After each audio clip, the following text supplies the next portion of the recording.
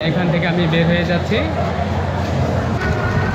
Station থেকে বের হয়ে একটি ইঞ্জিন চালিত রিক্সায় উঠলাম।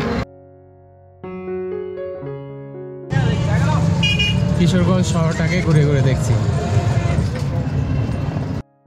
এটা হলো কিশোরগঞ্জ পৌরসভার কার্যালয়। এটা এখন যে জায়গাটাতে আছি এর পাশে একটি মাঠ দেখা যাচ্ছে। এই মাঠটা হলো গুরুদয়াল কলেজ মাঠ। আর ওই মাঠের অপোজিটে দেখা যাচ্ছে একটি টাওয়ার, ওয়াচ টাওয়ার। আমি এখন এই টাওয়ারের দিকে এগিয়ে যাচ্ছি। ছোট একটি পুকুর, চারিদিকে বাধাই করা এবং সিঁড়ি দেওয়া আছে।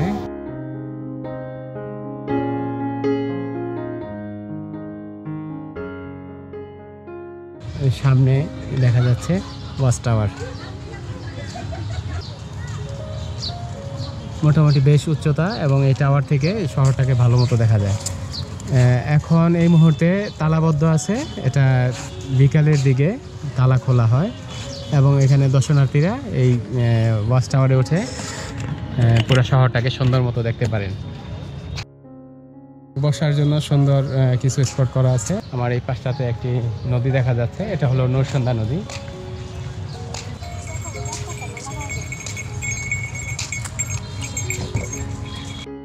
ব্রিজটি দেখতে এরকম, সামনে একটি গেটের মতো দেওয়া আছে।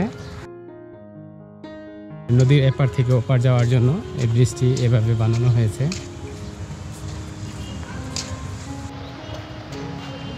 আমি এখন আছি নরসন্দা নদীর উপর যে ব্রিজ, সেই ব্রিজের উপরে।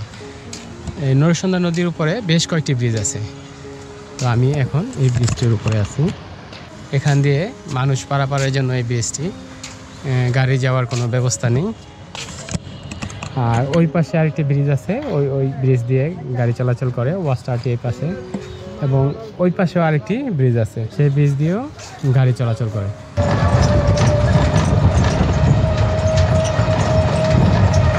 এটা হলো পাগলা মসজিদ, কিশোরগঞ্জ পাগলা মসজিদ। আজ শুক্রবার, কিছুক্ষণ পরে জুমার নামাজ অনুষ্ঠিত হবে। তো পাগলা মসজিদের মাঠ প্রাঙ্গণে আছি। এখানে প্রতিদিন প্রচুর মানুষ হয়। আজ শুক্রবার, আজ মানুষ একটু বেশি হবে। বিভিন্ন ডিস্ট্রিক্ট থেকে এখানে মানুষ আসে। চার দিকটাতে কানায় কানায় মানুষে ভরে যাবে এবং এই হলো মাঠ, কোনো জায়গায় খালি থাকবে না। জামাত শুরু হলে এখানে পুরোটা জায়গায় মুসল্লিতে ভরে যাবে। ওই পাশটাতে হলো নরসন্দা নদী আর ওইখানে হলো ব্রিজ।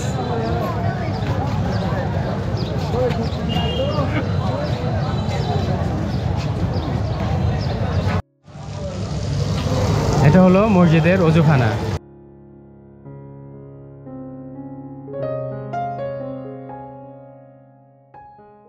আল্লাহর বান্দা, আল্লাহর রাসূল, আল্লাহর কালিমা, আল্লাহর রূহ মারিয়াম আলাইহিস সালামের মধ্যে আল্লাহ তাআলা জেনেছেন জান্নাত সত্য, জাহান্নাম সত্য, বাস্তব। আল্লাহর রাসূল বলেন। নামাজ পড়ে মসজিদ থেকে বের হয়ে যাচ্ছি।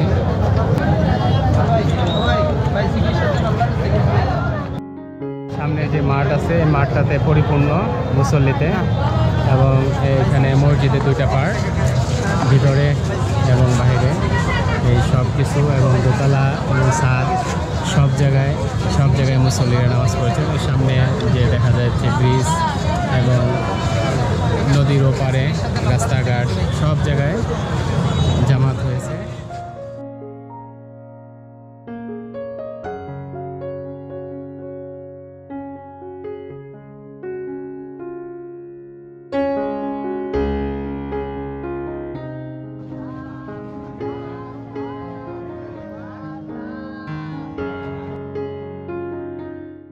পাগলা মসজিদ নিয়ে আমার চ্যানেলে একটি ভিডিও আছে, সেখানে এই মসজিদের দান বাক্স এবং মসজিদ সম্বন্ধে বিস্তারিত তথ্য দেওয়া আছে। আপনারা সেই ভিডিওটি দেখবেন। এই ভিডিওর আই বাটনে সেই লিঙ্ক দেওয়া থাকবে।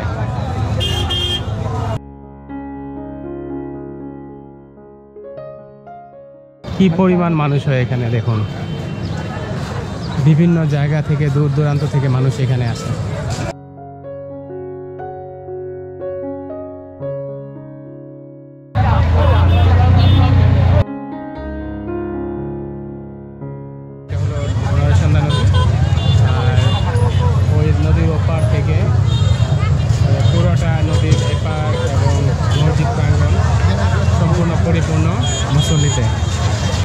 মসজিদের ভিতর যে দান বাক্সগুলি আছে সেগুলি প্রতি 4 মাস অন্তর অন্তর খোলা হয় এবং সেখানে প্রচুর টাকা, অর্থ অলঙ্কার, সোনাগয়না পাওয়া যায়। এই মসজিদকে বাংলাদেশের সবচেয়ে ধনী মসজিদ বলা হয়। বাংলাদেশের সবচেয়ে বেশি দানের টাকা পাওয়া যায় এই পাগলা মসজিদে।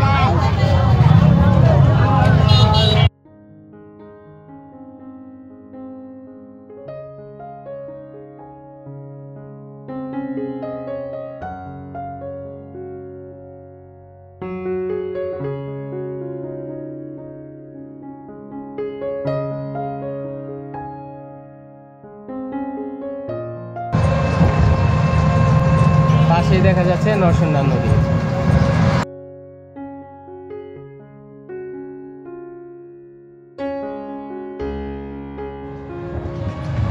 এটা একটা বাজার।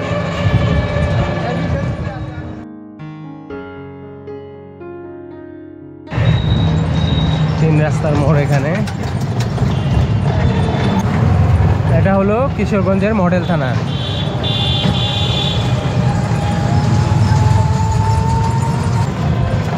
এখানে বেশ কিছু মেডিসিনের দোকান দেখা যাচ্ছে।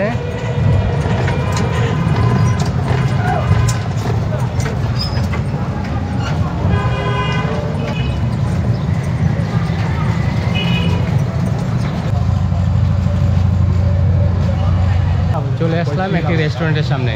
এটা হলো গাংচিল রেস্তোরাঁ। আমি রেস্টুরেন্টের ভিতরে প্রবেশ করছি। রেস্টুরেন্টের ভিতরটা দেখতে এরকম।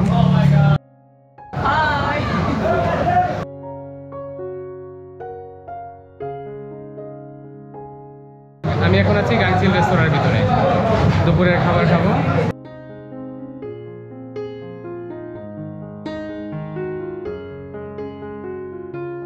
দুপুরের খাবার খেয়ে গাংচিল রেস্টুরেন্ট থেকে বাইরে বেরিয়ে যাচ্ছি।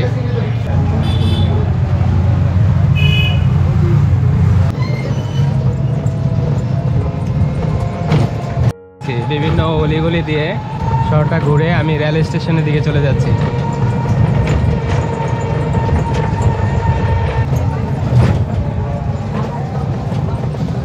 এই ভাইয়ের গাড়িতে আমি কিশোরগঞ্জ শহরটা ঘুরে দেখলাম। কিশোরগঞ্জ রেল স্টেশনে আছি। এর পাশে হলো টিকিট কাউন্টার।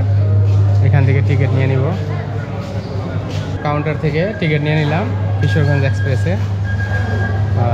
ট্রেন ছাড়বে 4টা বাজে। ট্রেন স্টেশনের ঠিক সামনে বিশাল বড় একটি দিঘি আছে। দিঘিটা দেখতে এরকম। দিঘির চারপাশে গাছ এবং গোসল করার জন্য ঘাট করে দেওয়া আছে।